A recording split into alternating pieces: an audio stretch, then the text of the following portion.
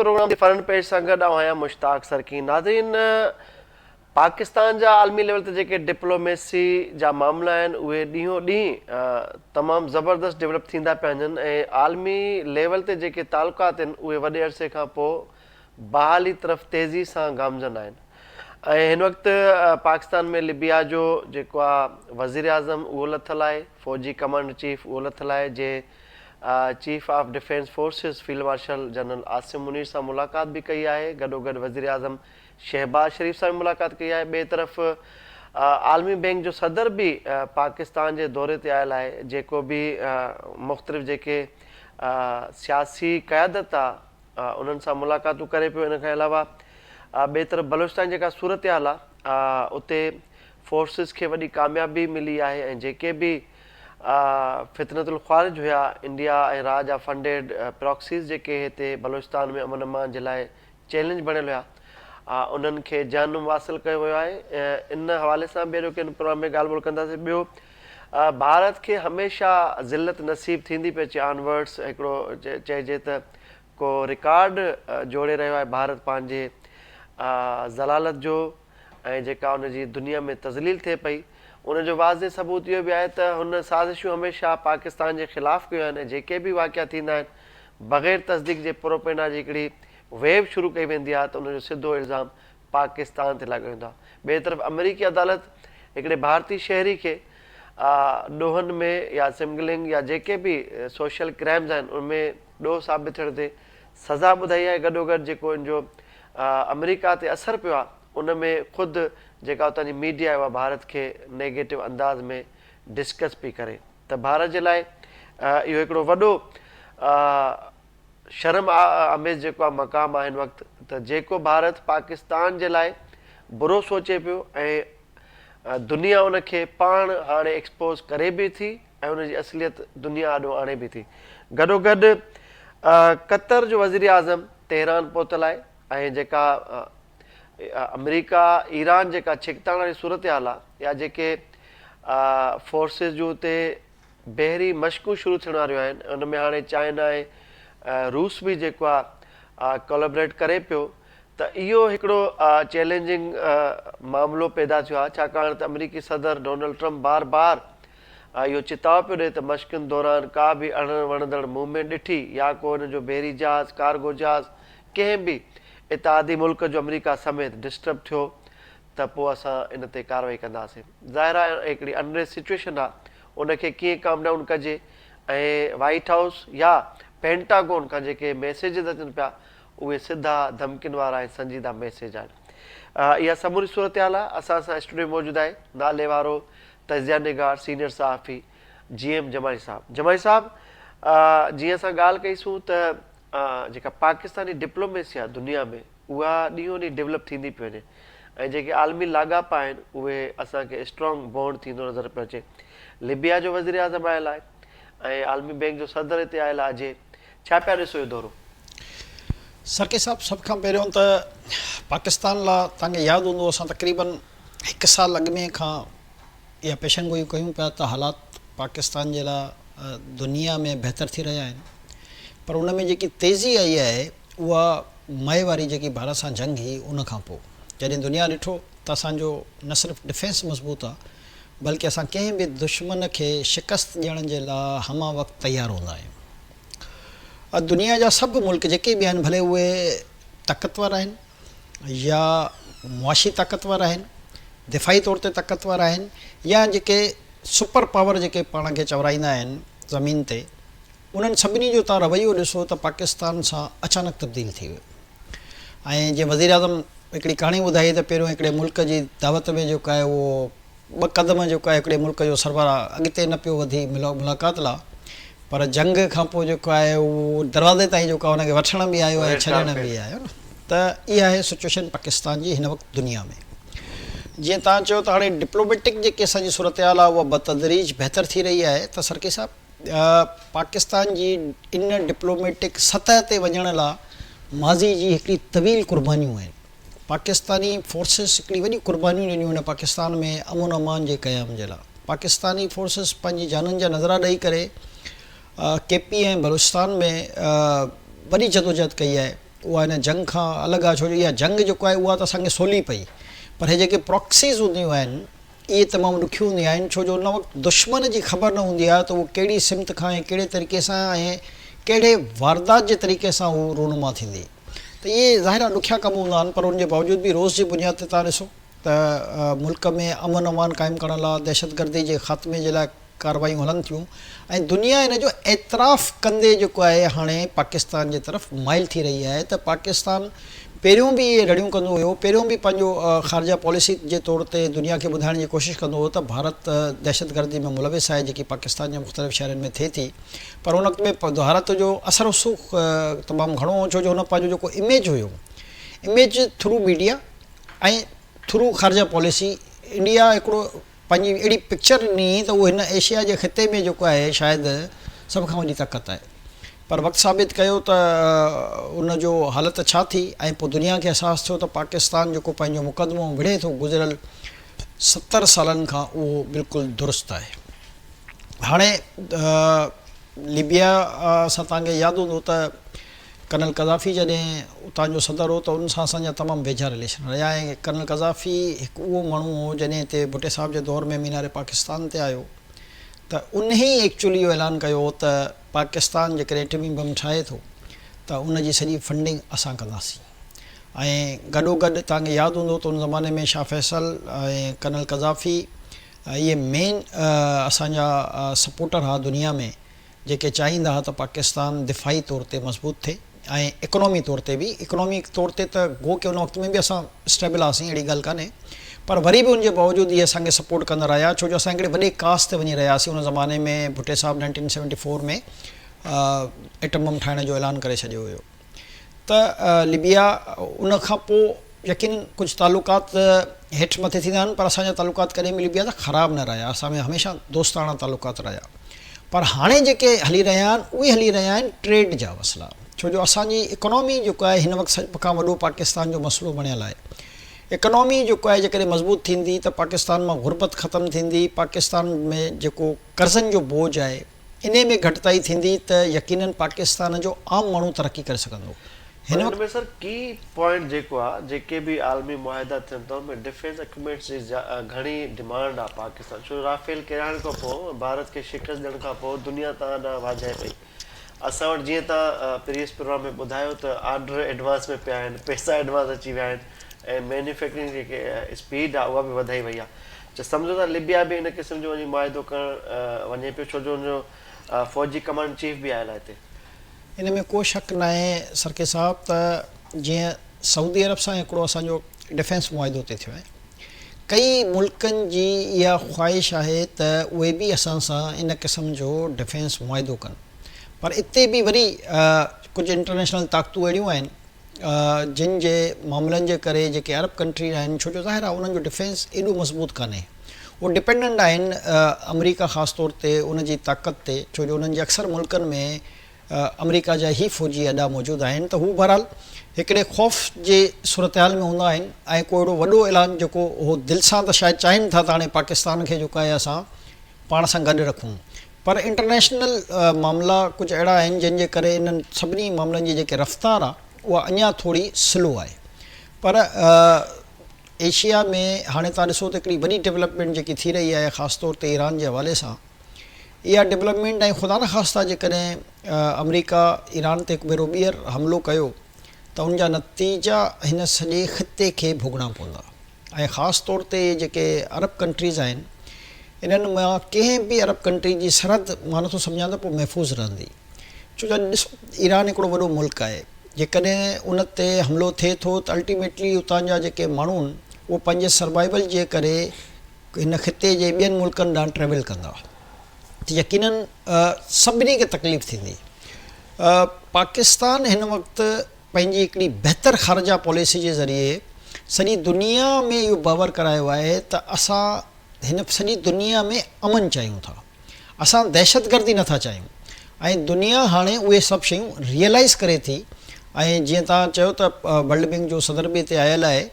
हाणे ॾिसो त पहिरियों वर्ल्ड बैंक जो रवैयो पाकिस्तान सां छा हो, हिकु हिकु अरब जे लाइ जेको आहे असां मिंथूं कंदा हुआसीं ऐं महीना लॻी वेंदा हुआ, हाणे रिसेंटली जेकी कल्ह मीटिंग थी आहे उन में तव्हां ॾिसो त वधीक पाकिस्तान जे लाइ उन्हनि $25 अरब ॾियण जी आछ करे छॾी आहे, जेके कुझु सालनि में पाकिस्तान खे ॾिना वेंदा, यानी अप्रूव करे छॾी आहे, आछ न सॉरी अप्रूव करे छॾिया आहिनि। त हाणे इहा पाकिस्तान जी जेकी इकोनॉमी आहे यकीनन अॻिले 2 सालनि जे अंदरि अंदरि ज़ाहिर आहे इहे जेके इकोनॉमी जा सब्जेक्ट्स हूंदा आहिनि उहे थोरा डिघा हूंदा आहिनि, उन में शॉर्ट टर्म वारो को फिलॉसफी न हूंदी आहे जो एतिरी जल्दी जेको आहे शयूं कंट्रोल थींदियूं। छो जो असांजो सभ खां वॾो मसइलो आहे त जेकॾहिं असांजे बिज़नेसमैननि खे प्रॉपर सहूलियतूं मिलनि ऐं ख़ासि तौर ते जेको बिजली जो टैरिफ आहे, जीअं त वज़ीर आज़म कुझु ॾींहं अॻु में कयो बि आहे, कुझु ₹4 हिकिड़े हेड में घटि कया अथई, ₹9 हिकिड़े हेड में घटि कया अथई, पर इहो अञा जेकॾहिं बिजली जो रेट असांजो थोरो हेठि अची वियो त असांजी जेकी एक्सपोर्ट आहे उहा जेकॾहिं तमामु ग्रो करे वई, जीअं तव्हां सरकी साहब फरमायो त डिफेंस में ख़ासि तौर ते जेका मुआइदा थी रहिया आहिनि, पर डिफेंस असांजो हिकिड़ो शोबो आहे जंहिंमें ज़ाहिर आहे माज़ी खां हाणे बहितरी अची रही आहे, पर गॾोगॾु असांजा जेके ॿिया सभु शोबा आहिनि, चाहे उहो एग्रीकल्चर आहे, चाहे टेक्सटाइल आहे, माज़ी में तव्हांखे यादि हूंदो त असांजो टेक्सटाइल ऐं माइंस मिनरल त जेको आहे असां वटि ज़ख़ीरा आहिनि, अलाह जी महिरबानी। ऐं अॼु तव्हांखे यादि हूंदो आहे हिकिड़ी ज़बरदस्त ॻाल्हि थी आहे अमेरिका में, यानी कि बर्तानिया, यूरोपी मुल्क, इहे सभु हिकिड़े प्लेटफॉर्म ते आया, जापान हिकिड़े प्लेटफॉर्म ते रुॻो इन करे आया आहिनि त जेके असांजा कुदरती वसीला आहिनि उन्हनि जी सेफ्टी कीअं कजे ऐं उन्हनि जो ज़ख़ीरो कीअं कजे। यानी इहो जेको प्लान ठहियो आहे इहो बेसिकली अगेंस्ट दी चाइना आहे, छो जो हिन वक़्तु दुनिया जा जेके अक्सर मुल्क आहिनि ऐं उन में ऑस्ट्रेलिया जेको आहे चयो आहे त असां हिन वक़्त खां ई पंहिंजा मादनी ज़ख़ीरा जेके आहिनि उहे स्टोर करणु शुरू करे छॾिया आहिनि, यानी उन्हनि जा ज़ख़ीरा महफ़ूज़ करणु शुरू करे छॾिया आहिनि। यानी दुनिया तमामु हाणे अॻिते वधी रही आहे ऐं दुनिया खे इहो सम्झ में अची रहियो आहे त जेके मादनी वसीला आहिनि उहे ई तव्हांजे कंहिं बि मुल्क जी बुनियादु आहिनि, तव्हांजे सर्वाइवल जी, तव्हांजी जंग जी, तव्हांजी इकोनॉमी जी। हाणे हर दुनिया जो मुल्क जेको आहे, ख़ासि तौर ते इहा वॾी ॻाल्हि थी आहे, अमेरिका पाण मौजूदु आहे, बर्तानिया मौजूदु आहे, यूरोपी मुल्क मौजूदु आहिनि, जापान मौजूदु आहे, ऑस्ट्रेलिया मौजूदु आहे, ऐं उहा मीटिंग इहा आहे त असांखे मादनी जेके वसीला आहिनि उन्हनि खे कीअं महफ़ूज़ रखिजे। त दुनिया इन तरफ़ हाणे माइल थी रही आहे, पाकिस्तान खे त अलाह ताला मादनियात सां मालामाल कयल आहे, त मां सम्झां थो असांजी ख़्वाहिश बि आहे ऐं असांजो जेको दुनिया जी हिन वक़्तु सूरत हाल आहे उन मां इहो महसूसु थी रहियो आहे, असां चई सघूं था इहो त 1-1.5 साल खां पोइ इनशाला पाकिस्तान जी मईशत जेको आहे अञा बहितरी ॾे वेंदी, छो जो को वक़्तु तव्हां रुॻो ॻाल्हियूं ॿुधो पिया त मुल्क डिफॉल्ट पियो थिए, पर हाणे तव्हां इहो ॾिसो त वर्ल्ड बैंक हुजे, दुनिया जा रेटिंग वारा इदारा हुजनि, उहे सभु चई रहिया आहिनि त पाकिस्तान नाक़ाबिल यकीन तौर ते पंहिंजी इकोनॉमी खे न सिर्फ़ु स्टेबल उन मंझधार मां कढियो जेको डिफॉल्ट जो ख़तरो हुयो, बल्कि हिनखे स्ट्रॉन्ग करे छॾियो आहे ऐं हाणे महांगाई जी जेकी शरह उहा सिंगल डिजिट में अची वई आहे। अच्छा, हाणे काज़किस्तान जो सदर बि अचे पियो पाकिस्तान जे दौरे ते, लिबिया जो सदर हिते वज़ीर मौजूदु आहे, आलमी बैंक जो सदर मौजूदु आहे, त असां ॾिसूं पिया त अक्सर वज़ीर आज़म पंहिंजी पूरी काबीना जे मुख्य माण्हुनि सां ऐं फील्ड मार्शल सां गॾु आलमी दौरनि ते रहे थो। शायदि पाकिस्तान अचनि ई जिन लाइ था असांजी क़यादत जेका आहे हिते ॿियनि खे टाइम ॾियणो था, त इहा जेका आलमी लेवल ते स्पीड जेका डिप्लोमेसी हले पई ऐं स्ट्रॉन्ग पिया कनि पिया तालुकात, त हिन वक़्तु अजय बंगा जेको आलमी बैंक जो सदर आहे उनजो हिते पहुचणु, उनखे वार्म वेलकम करणु, सिख बिरादरी तरफ़ां उन पंहिंजी मज़हबी उन इबादत गाह ॾांहुं वठी वञणु, त सम्झो था त इहो हिकिड़ो दुनिया ॾे ॿियो वॾो पैगाम आहे त उहो पाकिस्तान जीअं तव्हां चओ त जेको $1 अरब जे लाइ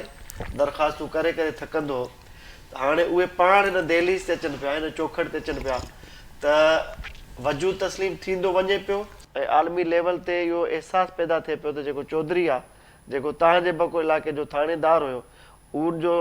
नस्त नाबूद थी चुको आहे, हाणे मुतबादिल पाकिस्तानी आहे। सरके साहब ॾिसो,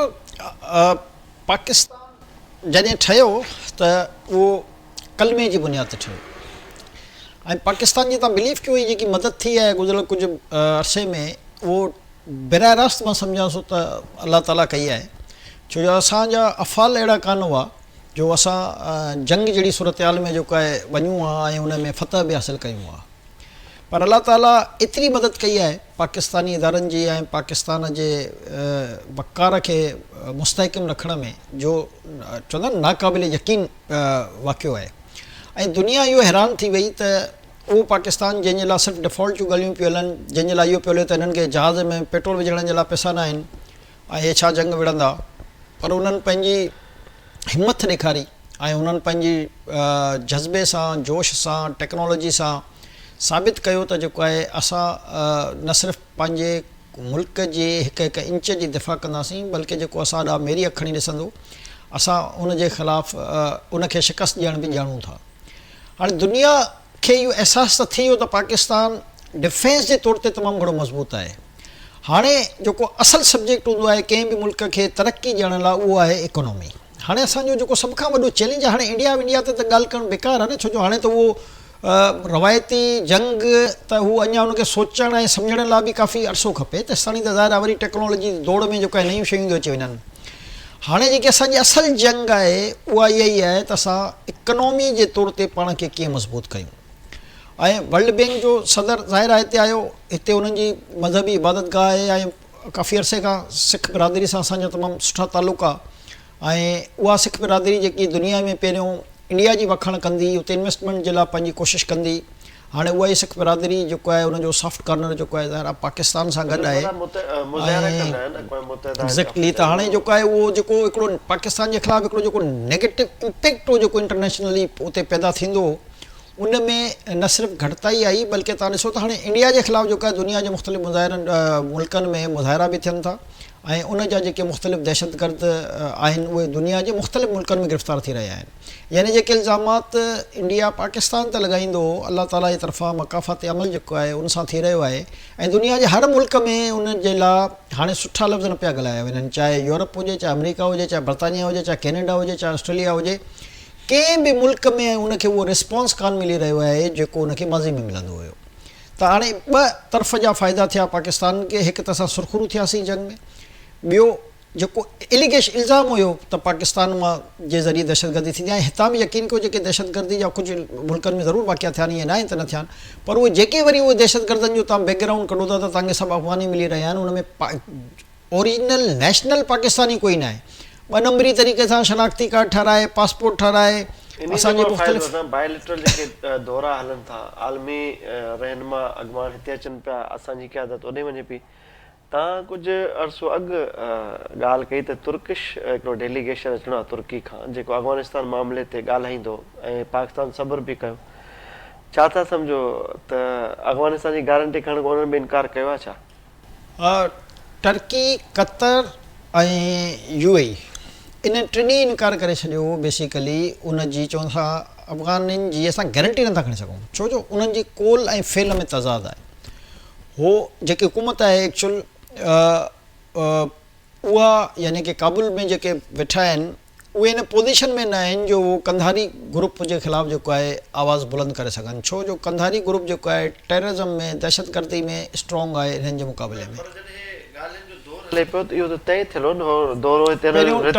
टर्की ॾिसो ख़्वाहिश आहे, जीअं हाणे काज़ाकिस्तान जो सदर आयो आहे न, असांजो जेको मेन मसइलो आहे काज़ाकिस्तान सां उहो जीअं असां पहिरियों ईरान सां गैस लाइन जो असांजो हिकिड़ो वॾो मुआइदो ऑलरेडी थियल हो ऐं पाकिस्तान जी सरहद ताईं ईरान पंहिंजी गैस लाइन मनसूबो मुकमिल बि करे छॾियो, सिर्फ़ु पाकिस्तान खां जे अंदरि जेको थियणो हुयो उहो इशूज़ जे करे, इंटरनेशनल इशूज़ जे करे असां उहो न करे सघिया आहियूं, न त यकीन कयो जे करे उहो गैस जो बावजूदि हिनजो असांजी एजेंडा में न हुयो अफ़गानिस्तान जो, पर मूंखे ॻाल्हि रिकॉल थी थिए तव्हां उन्हनि ॾींहंनि में चओ जॾहिं अञा इहो अनाउंस थियो ऐं गेमा गेम हुई about to leave, about to reach, उहो तुर्की जा जेके अचनि पिया वज़ीर, तव्हां चओ इहे न ईंदा ऐं को बि मुल्क गारंटी न खणंदो, छाकाणि त बिट्रेल जा माहिर आहिनि, ही वादा ख़िलाफ़ी जा माहिर आहिनि, ही 4 पैसा वधीक मिलंदा वादा ख़िलाफ़ी कंदा। त अॼु उहो साबित थियो आहे, अॼु आइसोलेटेड आहे, अॼु 2 ग्रुप आमो साम्हूं थी बीठा आहिनि अफ़गानिस्तान में। सके साहब अफ़गानिस्तान जे अवाम जी मां सम्झां थो इहा बदकिस्मती आहे न, त हिकु मख़सूस टेररिस्ट ग्रुप सॼे अफ़गानिस्तान खे यरगमाल बि बणाए वेठो आहे ऐं माज़ी में ॾिसो ही पाकिस्तान जा अहसान चवंदा आहिनि न, ही कॾहिं लाहे कान था सघनि, हे पंहिंजो पाण खे वॾो फने खान सम्झनि था ऐं उन्हनि जा कुझु वज़ीरनि क़िस्म जा बयान ॾिना हुआ जेके ज़ाहिर आहे सॼी दुनिया उनजो मज़ाक़ ई उॾारियो। बेसिकली दुनिया जे हर मुल्क खे ख़बर आहे त जेकॾहिं अफ़गानिस्तान जी सर्वाइवल थी आहे त उनजो वाहिद वजह पाकिस्तान आहे। तव्हां यूरोप जे नेटो जे तमामु कमांडरनि जा बयान ॾिसी छॾियो, अमेरिकन जी CIA खां वठी FBI खां वठी जेके ॿियूं एजेंसियूं आहिनि उन्हनि जा बयान ॾिसी छॾियो Failure जो MI6 एतिराफ़ खां कयो थो, वठी बिल्कुलु उन्ही दुनिया source जे पाकिस्तान। हर उन मुल्क जेके अफ़गानिस्तान सां माज़ी Because of में Pakistan. विढ़ंदा रहिया आहिनि उहो उन्हनि जो हिकिड़ो ई जुमिलो हूंदो हो, सिर्फ़ु पाकिस्तान जे करे असां जंग में कामयाबु न थिया जंहिंखे उहो पंहिंजी फनेखानी सम्झंदा। हाणे दुनिया इहो ॾिसी रही आहे त हुननि खे ॻोल्हण सां बि को दोस्त नथो मिले। पाकिस्तान सां त ॾिसो न सभु दोस्त न सिर्फ़ु बीठा आहिनि बल्कि दुनिया जा वॾा वॾा बादशाह, दुनिया जा वॾा वॾा त इकोनॉमी तौर ते या सरमाए जे तौर ते जेके मज़बूत मुल्क आहिनि या दिफ़ाई तौर ते जेके मज़बूत मुल्क आहिनि उहे पाकिस्तान में इंट्रस्ट बि शो करे रहिया आहिनि, पाकिस्तान जी क़यादत सां राब्तनि में बि आहिनि, पाकिस्तान जे मुख़्तलिफ़ उहिदेदारनि सां मुलाक़ातूं बि करे रहिया आहिनि। पर ॿी तरफ़ जेकॾहिं तव्हां ॾिसंदो तव्हांखे सन्नाटो मिलंदो, छो जो दुनिया जो को मुल्क उनखे तस्लीम करण लाइ तयारु न आहे न। ऐं माज़ी में असां त बींग मुस्लमान जेको आहे सची ॻाल्हि इहा आहे त उन्हनि जी मदद बि कईसीं ऐं असां वरी बि कंदासीं जेकॾहिं कंहिं मज़लूम जे ख़िलाफ़ु कोई कार्रवाई थींदी। हुते जेको टेररिज़म ग्रुप असां सॼे अफ़गानिस्तान जे ख़िलाफ़ु उहे बि कान्हियूं न असां अफ़गानी क़ौम जे ख़िलाफ़ु आहियूं न, अफ़गानी क़ौम बि ज़ाहिर मुस्लमान आहे, असांजा भाइर आहिनि। असां त जेको हिकिड़ो मख़सूस तबिको आहे जेको न सिर्फ़ु अफ़गानिस्तान जे अवाम खे यरगमाल बणाए वेठो आहे, उहो अफ़गानिस्तान जे अंदरि टेररिज़म करे रहियो आहे, बल्कि उन जा करतूत सॼी दुनिया में दहशतगर्दी जे जेके अज़ाइम आहिनि उन्हनि खे वधाइनि था। असां त दहशतगर्दी कहिड़ी बि सतह ते हुजे, कहिड़े बि मुल्क में हुजे, असां हमेशह उनजे ख़िलाफ़ु रहंदा आहियूं। तव्हां ॾिसो न भारत में बि जेकॾहिं को दहशतगर्दी जो वाक़ियो थिए त असां उनजी बि मज़म्मत कंदा आहियूं। ॾिसो दुनिया में हाणे अवाम खे अमन सां जीअण ॾियणु घुरिजे। भई अलाह ताला इंसान खे इन करे पैदा न कयो हो त तव्हां जेको आहे हिक ॿिए खे क़तल वञी करे छॾियो। अलाह ताला हिकिड़ो ज़ाब्तो ॾिनो त जेकॾहिं मुख़्तलिफ़ मज़ाहिब आहिनि यकीननि उन में को शक न आहे, पर हर मज़हब खे आज़ादी ॾिनी वई। हर मज़हब जे बारे में असांखे इस्लाम में चयो वियो त तव्हां कंहिं ॿिए खे ख़राबु न चओ।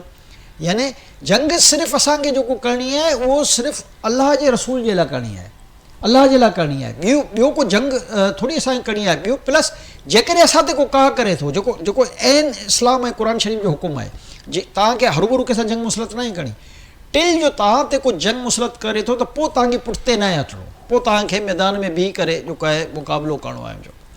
हिते मुसीबत इहा थी वई त अफ़गानिस्तान में मुस्लमान बि आहिनि, पर उन्हनि जो जेको हिकिड़ो गिरोह आहे जेको मंशियात फ़रोशी में, हथियारनि जी सप्लाई में ऐं दुनिया में जेके टेररिज़म जा वाक़िया थियनि था, किथे न किथे उन्हनि जो कंहिं न कंहिं तरीक़े सां उन्हनि जो रोल ज़रूरु आहे। ऐं हीअ अरब कंट्री सिर्फ़ु उन्हनि खे हथु ख़बर आहे छा लाइ रखंदा हुआ, उन्हनि खे पंहिंजो ख़तरो हूंदो। सची ॻाल्हि तव्हांखे आउं ॿुधायां त UAE आहे या कतर आहे या जेके ॿिया मुल्क आहिनि, उन्हनि खे इहो हूंदो त इहे न हीअ वरी जेको आहे ट्रेवलिंग हेॾां थिए। हींअर तव्हां ॾिसो केॾी तइदाद में सऊदी अरब मां, UAE मां, कतर मां, ईरान मां, न सिर्फ़ु इन मुस्लमान मुल्कनि मां बल्कि जेके ॿिया यूरोप जा मुल्क आहिनि, ऑस्ट्रेलिया आहे,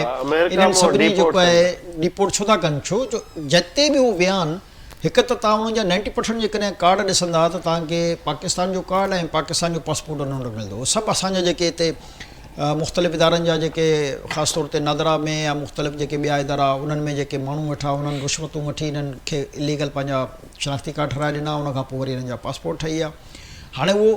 अल्टीमेटली वरी पोइ पहिरें ज़माने में बदनामी उते थींदी पाकिस्तान जी, पर हाणे इहो दुनिया खे अकुलु अची वियो आहे त बाबा ही पाकिस्तान त पाण इन अज़ाब में फथल आहे ऐं पाकिस्तान जा जेके शनाख़्ती कार्ड या पाकिस्तान जा जेके पासपोर्ट ही इस्तेमालु करे हिते पहुता आहिनि, बेसिकली टेररिज़म में ही मुलविस आहिनि जंहिंजी रूट्स ई अफ़गानिस्तान जे कंदा जॾहिं ॻाल्हि अफ़गानिस्तान जी कंदा आहियूं त पोइ इंडिया त अॼु ख़ुदि असांजे अंडर डिस्कशन अची वेंदो आहे। ऐं इंडिया लाइ हिकिड़ी ॿी बुरी ख़बर आहे त अमेरिकी अदालत उन्हनि जे हिकिड़े शहरी आहे शेवम, उनखे सख़्तु सज़ा ॿुधाई आहे ऐं उन ते इल्ज़ाम इहो आहे त हू तक़रीबकारी ऐं दहशतगर्दी मुलविस आहे। केतिरा ई गैर क़ानूनी भारती उन अमेरिका दाख़िल कया आहिनि। त इन ते न सिर्फ़ु इहो कन्विक्शन जो ऐलान थियो आहे सज़ा जो, पर इनखे वॾो मीडिया हाइप मिलियो आहे ऐं लॻे ईअं पियो त ट्रम्प टेरिफ सां गॾोगॾु मीडिया खे बि हिकिड़ी गाइडलाइन ॾिया त जॾहिं बि इंडिया जी का शइ अचे त इनखे तव्हां घणो एक्सपाइट कयो। ऐं ब्रेकिंग न्यूज़ तौरु हलायो वियो त सम्झो था त हीअ जेका बदनामी आहे या जे कंहिंजा तीअं तव्हां चवंदा कैनेडा हुजे, बर्तानिया हुजे, जेके बि यूरोपी मुल्क आहिनि, जिते जिते राह जा माण्हू रहनि था उन्हनि हमेशह उन्हनि मुल्कनि सां गदारी कई आहे, उते रही करे उन्हनि जी मुख़बरी कई आहे, उन्हनि खे डिस्टेबलाइज़ करण लाइ कोशिशूं कयूं। त हीअ जेको अमेरिका जो बिलू आइड हुयो इंडिया जो शहरी वेझे माज़ी ताईं, ऐं जॾहिं असांजी जंग न थी हुई, हाणे ॻोल्हे ॻोल्हे सज़ाऊं बि थियनि थियूं ऐं मीडिया हाइप बि क्रिएट थिए थी। सोशल मीडिया ते बि नफ़रत में शयूं हलनि थियूं इंडिया जे ख़िलाफ़। त हिन सज़ा खे कीअं पिया ॾिसो सरके साहब, जे मूं चयो न मुकाफ़ात अमल आहे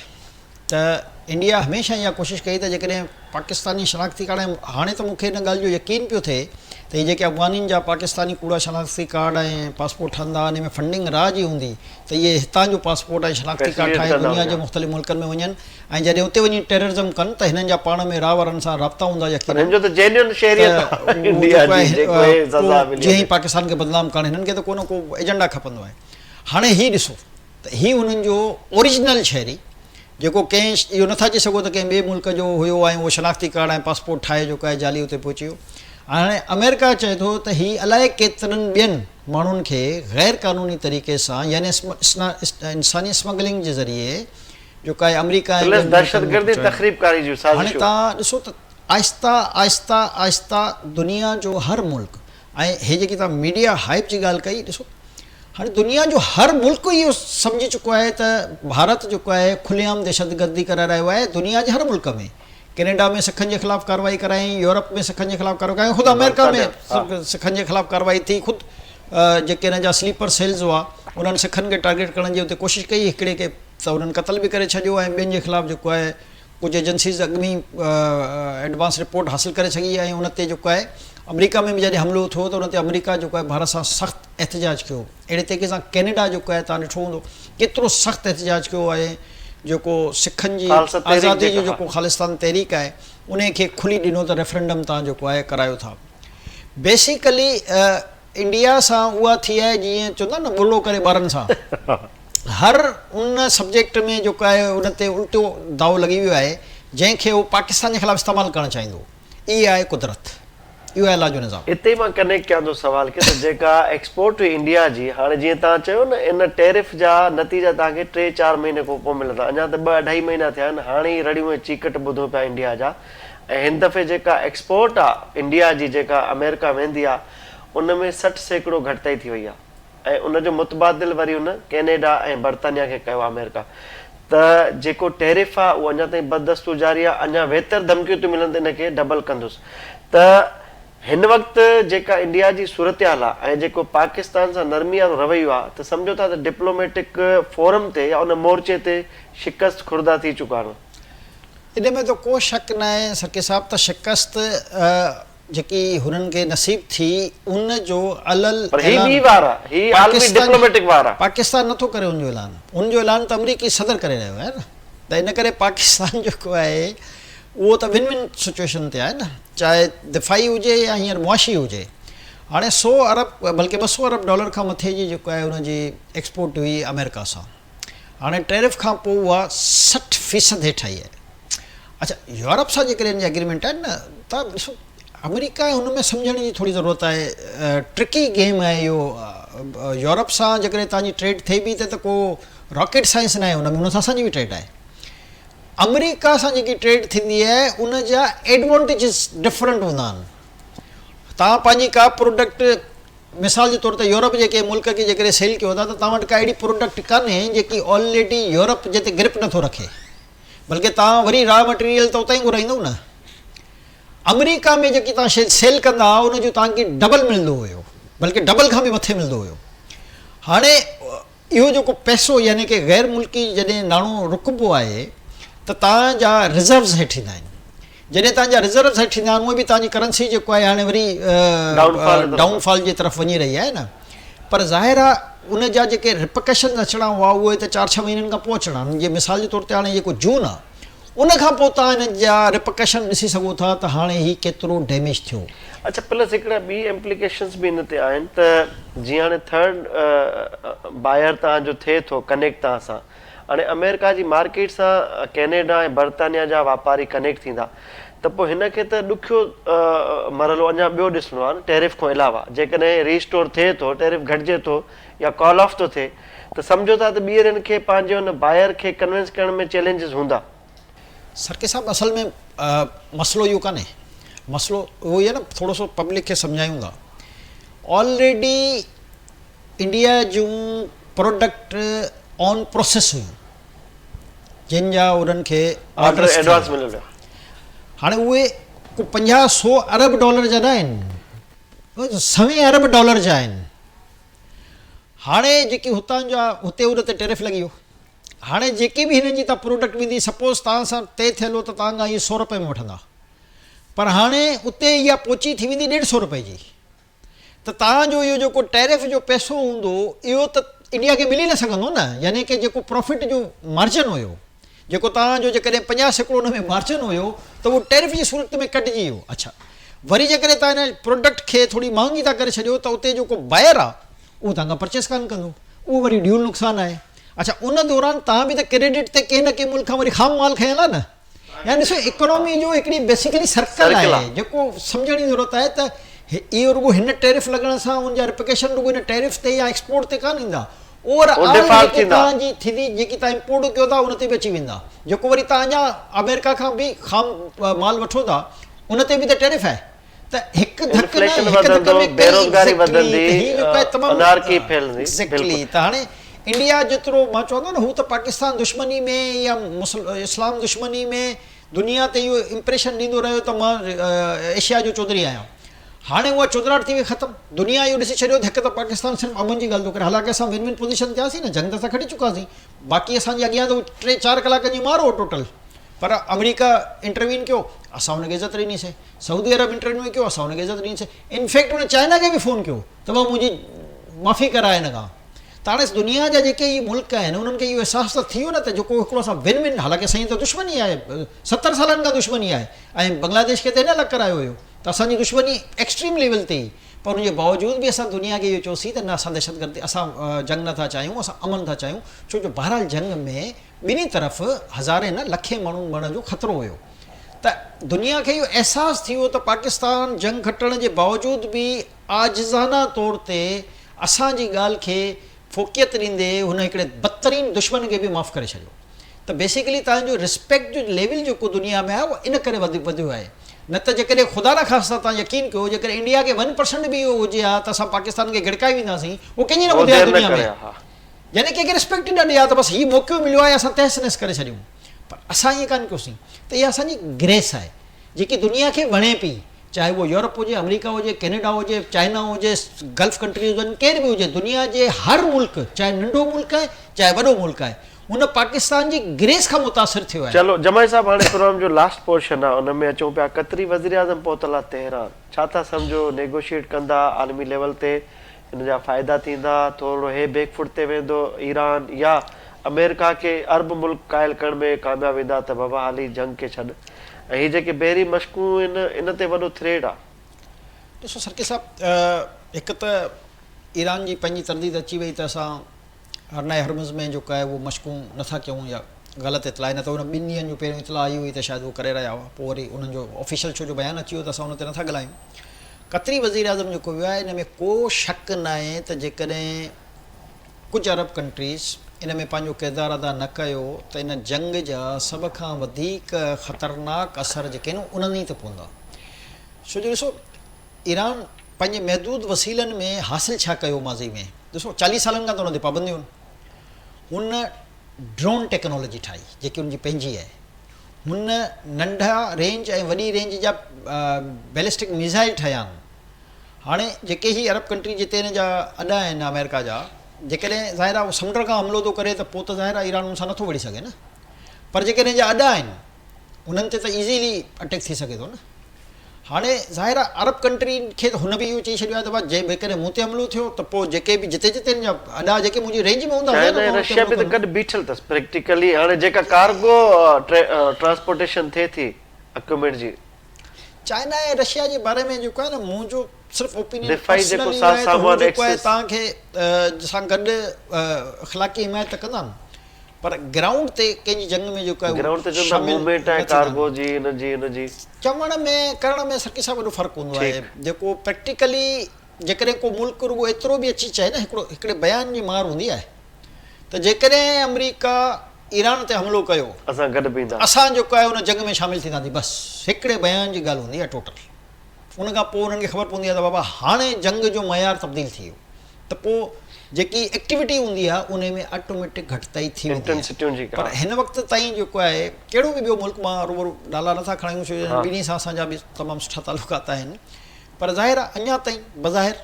को नज़र नथो अचे त कंहिं जंग में जेको आहे इन क़िस्म जा वॾा मुल्क पाण मैदान में मतिलबु क़तरी वज़ीर जो को फ्रूटफुल रिज़ल्ट ईंदो तव्हां सम्झो था? बेसिकली हू त ज़ाहिर आहे ॿ ॻाल्हियूं ॻाल्हाइण में हूंदो जेको मुंहिंजो अंदाज़ो आहे पंहिंजो। हिकु त इहो त बाबा असां त अमेरिका खे सम्झाइण जी कोशिशि था कयूं ऐं तूं कुझु बैक थी त पोइ असां ज़ाहिर आहे ॻाल्हायूं। बेसिकली हुननि जो इहो मसइलो त हिकु त हीउ ऐलान करे छॾे त हीउ एटमी टेक्नोलॉजी तां दस्तबरदार थियो आहे जेको असल मामिलो आहे दुनिया में हली रहियो आहे। उन ते को मुआइदो वाइदो हिन जो थियणो हुयो जेको इसराइल जी जंग खां पोइ सबोताज़ थी वियो। हाणे हुननि जो इहो ई आहे प्रेशर वधाइण जो त हीउ बाक़ाइदा ऐलान करे त एटमी उहो त बणण जी तरफ़ जेकी हुनजी पेशकदमी आहे उन खे उहो हमेशह लाइ ख़तमु करे छॾींदो। ॿियो जेको आहे पंहिंजे लाइ हूंदो त बाबा जेकॾहिं तव्हांजी जंग लॻे बि त असां असां त तोखे वटि आया आहियूं त असांजो जेको आहे हिन में को रोल कान्हे, पोइ ॾाढो मुड़ुसु आहे हुनखे त असां बि नथा रोके सघूं। तो पंहिंजी हिकिड़ी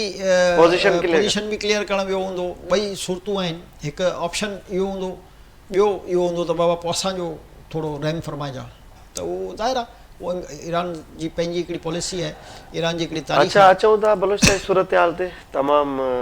ही वॾी कामयाबी आहे आर्म फोर्सिस जी, ऐं ॾिसो पिया आम शहरनि जी बि शहादत थी आहे ऐं ख़ुदि फोर्सिस जे जवाननि जी बि शहादत थी आहे। इतला जेके हुया फितनतुल ख़ारिज उहे बि जानूं हासिल थिया आहिनि। छा पिया ॾिसो?